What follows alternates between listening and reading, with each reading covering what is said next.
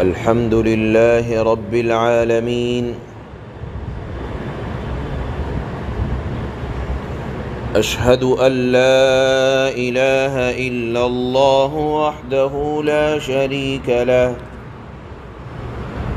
وأشهد أن سيدنا وحبيبنا وسندنا ومولانا محمد صلى الله تبارك وتعالى عليه وعلى آله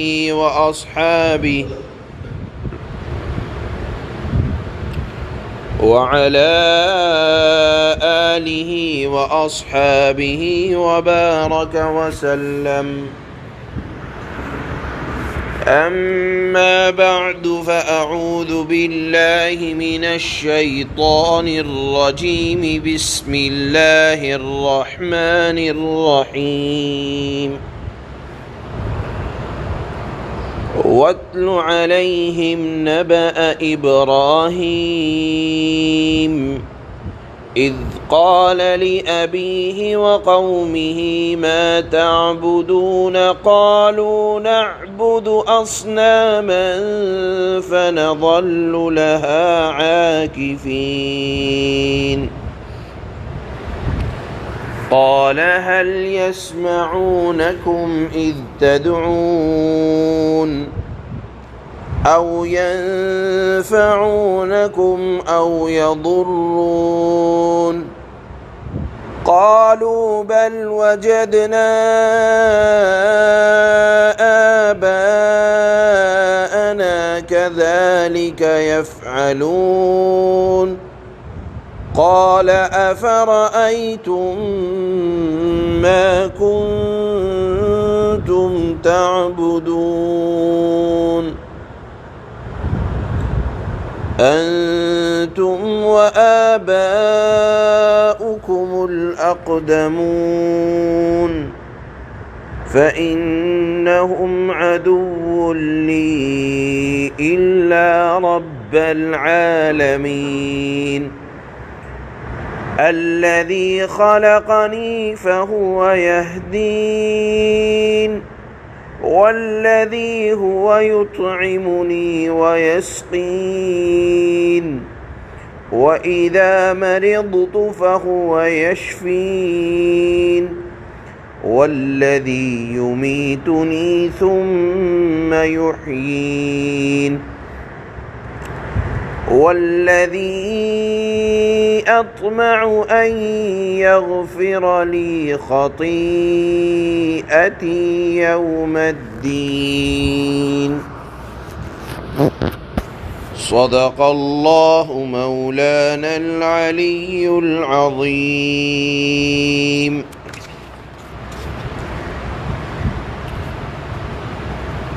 اس سورت کا دوسرا واقعہ حضرت سیدنا ابراہیم علیہ السلام کا واقعہ ہے۔ یہ بات بتائی جا چکی ہے کہ اللہ رب العزت جناب رسول اللہ صلی اللہ علیہ وسلم کو تسلی اور حضرات صحابہ اکرام کو تسلی دینے کے لیے اس صورت کے اندر چند انبیاء کرام علی نبینا علیہ السلام اور ان کی قوموں کے تذکرے کو بیان فرمائیں گے۔ اس کی وجہ یہ ہے کہ یہ سورت کا نزول اس وقت ہوا جو مکہ کا انتہائی سخت زمانہ جناب رسول اللہ صلی اللہ علیہ وسلم کے اوپر گزر رہا تھا، اور وہ زمانہ بتایا گیا تھا کہ ایسا تھا کہ جس میں یہ لوگ کفار مکہ جناب رسول اللہ صلی اللہ علیہ وسلم سے طرح طرح کے مطالبات کیا کرتے تھے، معجزات کا مطالبہ کیا کرتے تھے، تو اللہ نے اس بات کو ثابت کرنے کے لیے کہ جب من چاہے معجزات مانگے جاتے ہیں اور پھر ایمان نہیں لایا جاتا، نافرمانی حد سے بڑھتی ہے اور فرما بردار کی بات نہیں مانی جاتی، تو پھر عذاب الہی آیا کرتا ہے۔ اس بات کو ثابت کرنے کے لیے کہ عذاب آیا کرتا ہے، یقین جان لو کہ نافرمانوں کو اللہ کیسے تباہ و برباد کرتا ہے۔ نافرمانوں کے نہ تو مال کام آتا ہے، نہ عزت و آبرو کام آتی ہے، نہ خزانے کام آتے ہیں، نہ محلات اللہ کی پکڑ سے بچا پاتے ہیں۔ اسی بات کو ثابت کرنے کے لیے 7 انبیاء کے واقعات کو اللہ نے ذکر فرمایا ہے۔ اسی میں سے آج دوسرا واقعہ حضرت سیدنا ابراہیم علیہ السلام کا اللہ بیان فرما رہے ہیں۔ کیوں بیان فرما رہے ہیں؟ وجہ یہ تھی کہ کفار مکہ ہوں یا اس وقت کے یہود و نصارہ، ہر ایک، چاہے کفار مکہ چاہے یہود و نصارہ، ہر ایک حضرت ابراہیم علیہ السلام کو اپنا رہبر، اپنا رہنما، اپنا پیشوا اور عزت کی نگاہ سے دیکھا کرتے تھے، اور دعویٰ یہ کیا کرتے تھے کہ ابراہیم ہمارے پیشوا ہیں، ہمارے مقتدی ہیں، ہمارے رہبر ہیں، ہم ان کے دین پر ہیں۔ اللہ نے یہاں بیان فرمایا کہ دیکھو ان کا دعویٰ کیا ہے اور حضرت ابراہیم کی دعوت کیا تھی، حضرت ابراہیم کا مشن کیا تھا۔ کیا ان کا مشن اور کفار مکہ یا یہود و نصارہ کا کام آپس میں میل کھاتا ہے؟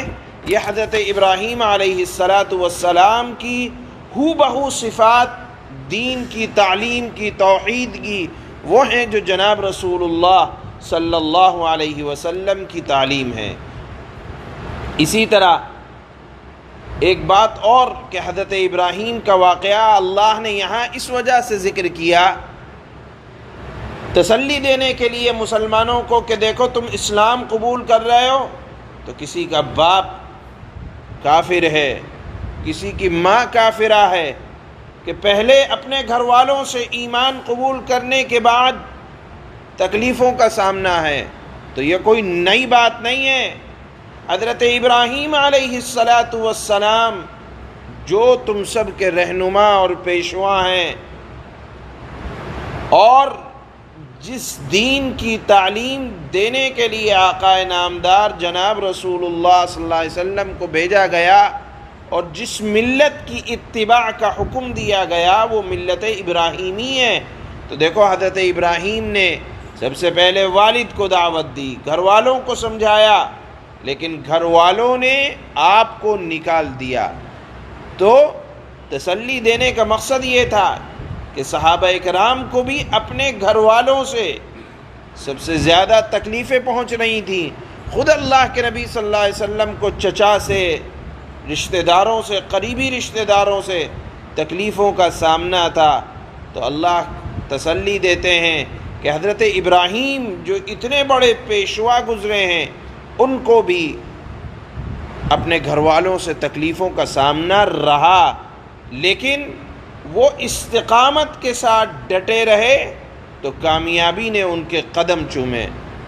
تسلی دینا ہے کہ آپ بھی استقامت کے ساتھ اور حضرات صحابہ بھی استقامت کے ساتھ دین پر جمے رہیں اور اللہ کی توحید کو پہنچاتے رہیں، کامیابی ان کا مقدر چومے گی۔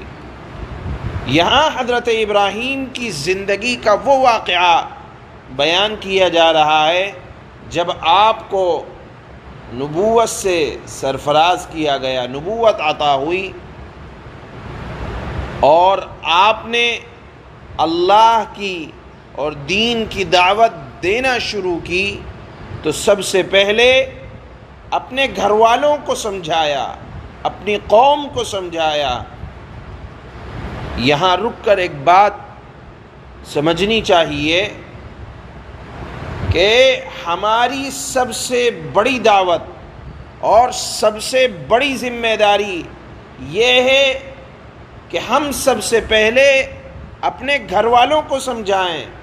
دین کی ابتدا سب سے پہلے ہم اپنے گھر والوں سے کریں. اگر ہم گھر والوں کو دیندار بنانے کی ہماری فکر نہیں ہے، باہر والوں کو جا کے سمجھاتے ہیں، تو ہم دین کا حق ادا نہیں کر رہے. قرآن میں اللہ نے فرمایا وَأَنذِرْ عَشِيرَتَكَ الْأَقْرَبِينَ، اے نبی آپ سب سے پہلے اپنے گھر والوں کو سمجھائیں. آپ کی ذمہ داری، پہلی ذمہ داری یہ ہے جو آپ کے اوپر فرض کے درجے میں ہے کہ آپ اپنی اولاد کا، اپنے گھر والوں کا، اعزاء کا، اقربا کا دیکھیں کہ کتنے دیندار ہیں. یہی ذمہ داری سب سے پہلے حضرت ابراہیم ایک دم باہر نہیں نکل گئے، سب سے پہلے اپنے باپ سے جا کر کہا، اپنی قوم سے جا کر کہا. کیا کہا؟ اذ قال لأبیہ وقومہ ما تعبدون، اپنے باپ سے کہا، اپنی قوم سے کہا ما تعبدون، کس چیز کی تم عبادت کر رہے ہو. یہاں علماء نے نقطہ لکھا ہے کہ آپ کو سب سے پہلے اپنے گھر والوں کا، کہ بچے نماز پڑھ رہے ہیں نہیں پڑھ رہے، بچوں کا عقیدہ کیا ہے، بچوں کی تربیت اسلامی ہو رہی ہے یا نہیں ہو رہی ہے، بیٹیوں کی تربیت اسلامی ہو رہی ہے یا نہیں ہو رہی ہے، بیوی کی تربیت اسلام کے مطابق ہے یا نہیں ہے، اعزاء کون سے دین پر ہیں. آپ کی پہلی ذمہ داری یہ ہے. یہی انبیاء کا طریقہ رہا ہے کہ پہلے اپنے گھر والوں کو سمجھاتے تھے، ان کو دین کی دعوت دیتے تھے، اور پھر اس کے بعد دین کا پیغام دوسروں تک پہنچاتے تھے. اگر دین کا پیغام گھر والے نابلد ہیں، کوئی کچھ نہیں جانتے، اور آپ سمجھیں دوسرے لوگوں کو بتا کر کہ میں حق ادا کر رہا ہوں، تو حق ادا نہیں کر رہے. انبیاء کا مشن پہلے گھر سے شروع ہوا کرتا تھا. چنانچہ اپنے باپ سے اور اپنی قوم سے کہا کس چیز کی تم عبادت کر رہے ہو. قوم نے کہا نعبد اصناما فنظل لها عاکفین، ہم بتوں کی عبادت کر رہے ہیں، ہم تو بس یہیں دھرنا دیے بیٹھے رہیں گے، یعنی انہی کو پوچھتے رہیں گے. حضرت ابراہیم علیہ السلام کی قوم صابی تھی. صابی کہتے ہیں کہ وہ مخلوق، وہ قوم جو ستاروں کی اور آسمان کی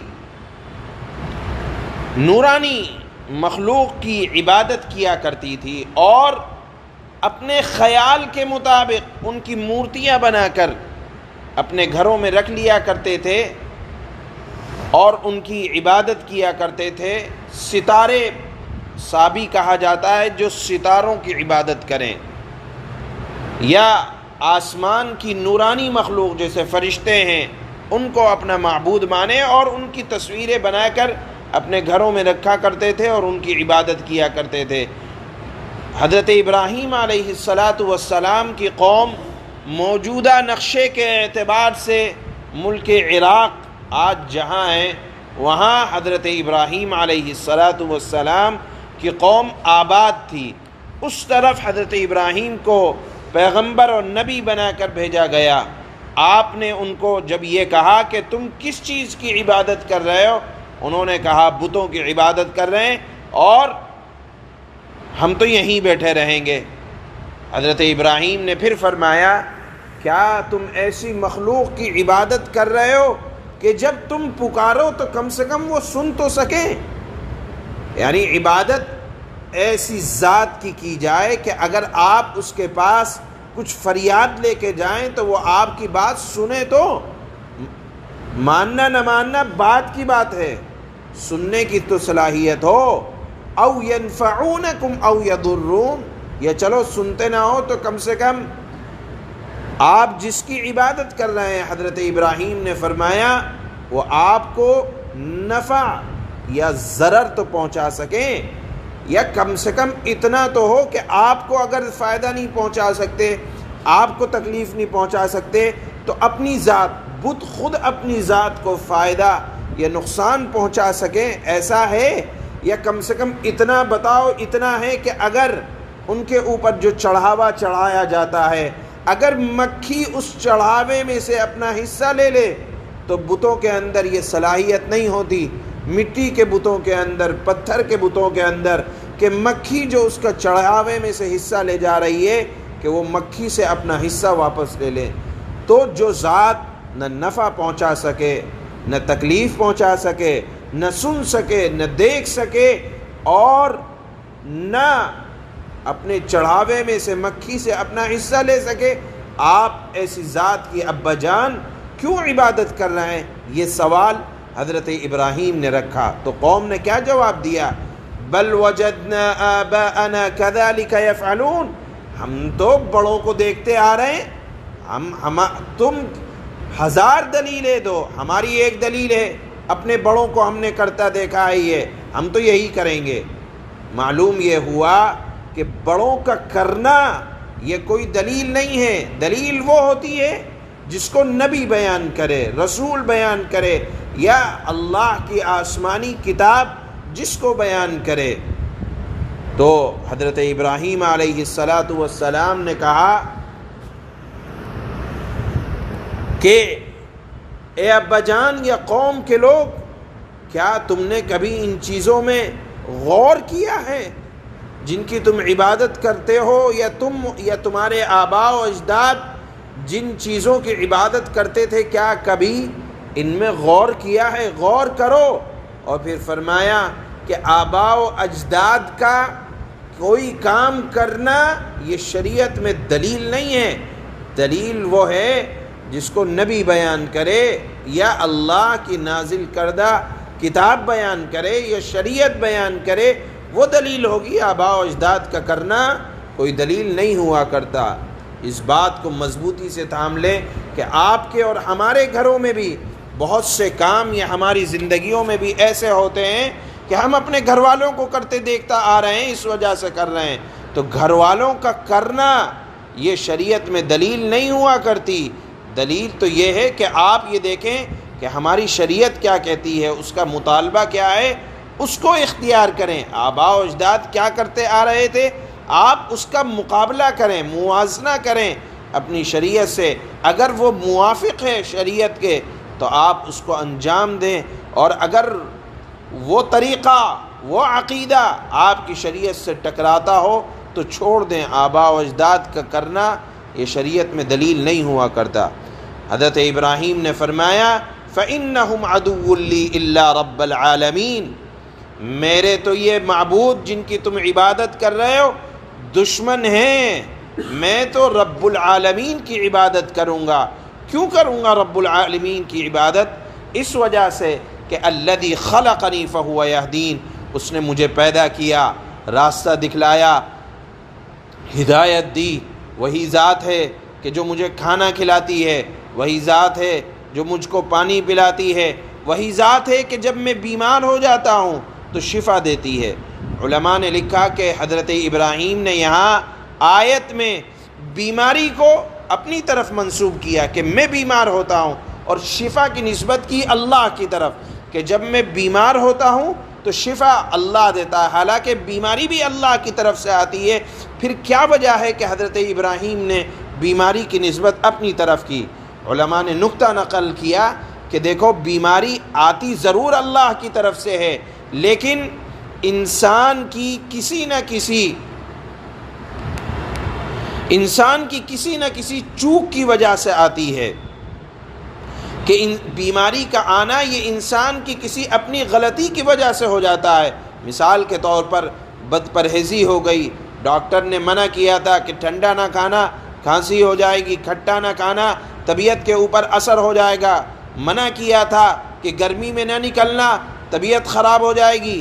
تو علماء نے لکھا ہے کہ بیماری آتی ضرور اللہ کی طرف سے ہے، لیکن انسان کی اپنی کسی خطا کی وجہ سے آتی ہے، بھول کی وجہ سے آتی ہے، چوک کی وجہ سے آتی ہے۔ اس وجہ سے حضرت ابراہیم نے فرمایا بیماری کی نسبت اپنی طرف کی اور شفا کی نسبت اللہ کی طرف کی۔ فرمایا کہ جب میں بیمار ہو جاتا ہوں شفا اللہ دیتے ہیں، اور فرمایا کہ جب میں مر جاؤں گا اللہ دوبارہ زندہ کریں گے، اور مجھے امید یہ ہے کہ اگر مجھ سے کوئی غلطی ہو جائے گی تو معافی بھی اللہ دیں گے۔ اس وجہ سے میں اللہ کی عبادت کرتا ہوں۔ اور پھر اس کے بعد حضرت ابراہیم نے اللہ سے دعائیں کی، اس کا بھی آگے ذکر ہے۔ تو آج کی ان چند آیتوں میں حضرت ابراہیم نے دین کی دعوت کی ابتدا اپنے گھر سے کی، اور خدا کا پیغام پہلے اپنے گھر والوں کو سنایا، قوم کو سنایا۔ قوم نے کیا جواب دیا، اس بات کا تذکرہ ان آیتوں میں اللہ نے بیان فرمایا ہے۔ اور مقصد یہ ہے کہ لوگ جان لیں کہ حضرت ابراہیم کا دین کیا تھا، ان کی تعلیم کیا تھی، اور حضرات صحابہ اکرام کو تسلی ہو جائے، اور مکہ والے اور یہود و نصارہ جان لیں کہ وہ ملت ابراہیمی پر نہیں ہیں۔ چونکہ اس زمانے میں ملت ابراہیمی پر ہونا یہ فخر کی بات، لوگ فخر سے بیان کرتے تھے کہ ہم دین ابراہیمی پر ہیں۔ اللہ فرماتے ہیں کہ دیکھ لو، جس کا عقیدہ یہ ہوگا وہ دین ابراہیمی پر ہوگا۔ اللہ فرماتے ہیں وَاتْلُ عَلَيْهِمْ نَبَأَ إِبْرَاهِيمَ، اور اے پیغمبر محمد صلی اللہ علیہ وسلم آپ ان کو یعنی لوگوں کو ابراہیم کا واقعہ سناؤ۔ اِذْ قَالَ لِأَبِيهِ وَقَوْمِهِ مَا تَعْبُدُونَ، جب انہوں نے اپنے باپ اور اپنی قوم سے کہا تھا تم کس چیز کی عبادت کرتے ہو؟ قَالُوا نَعْبُدُ أَصْنَامًا فَنَظَلُّ لَهَا عَاكِفِينَ، انہوں نے کہا یعنی قوم نے کہا یا گھر والوں نے کہا کہ ہم بتوں کی عبادت کرتے ہیں اور انہی کے آگے دھرنا دیے رہتے ہیں۔ قال هل يسمعونكم اذ تدعون، ابراہیم نے کہا جب تم ان کو پکارتے ہو یعنی بتوں کو تو کیا یہ تمہاری بات سنتے ہیں؟ او ينفعونكم او يضرون، یا تمہیں کوئی فائدہ یا نقصان پہنچاتے ہیں؟ قالوا بل وجدنا آباءنا كذلك يفعلون، انہوں نے کہا 100 دلیلوں کی ایک دلیل، آپ کچھ بھی کہو، اصل بات یہ ہے کہ ہم نے اپنے آباء و اجداد باپ داداؤں کو ایسے ہی کرتے ہوئے پایا ہے، یعنی بتوں کی عبادت کرتے ہوئے۔ قال افرأيتم ما كنتم تعبدون انتم وآباؤكم الاقدمون، ابراہیم نے کہا بھلا کبھی تم نے ان چیزوں کو غور سے دیکھا بھی ہے جن کی تم عبادت کرتے ہو؟ تم بھی اور تمہارے آباء و اجداد پرانے سب کے سب۔ فَإِنَّهُمْ عَدُوٌّ لِّي إِلَّا رَبَّ الْعَالَمِينَ، تم بھی اور تمہارے پرانے آباء و اجداد بھی میرے لیے تو یہ سب دشمن ہیں سوائے ایک رب العالمین کے۔ وہ رب العالمین کون ہیں؟ وہ تعارف کراتے ہیں حضرت ابراہیم، الذی خلقنی فہو یہدین، وہ رب العالمین وہ ہے جس نے مجھے پیدا کیا پھر وہی میری رہنمائی کرتا ہے۔ والذی هو یطعمنی ویسقین، اور وہی اللہ ہے جو مجھے کھلاتا پلاتا ہے۔ وَإِذَا مَرِضْتُ فَهُوَ يَشْفِينِ، وہی اللہ ہے جب میں بیمار ہوتا ہوں تو مجھے شفا دیتا ہے۔ وَالَّذِي يُمِيتُنِي ثُمَّ يُحْيِينِ، اور وہی اللہ ہے جو مجھے موت دے گا پھر زندہ کرے گا۔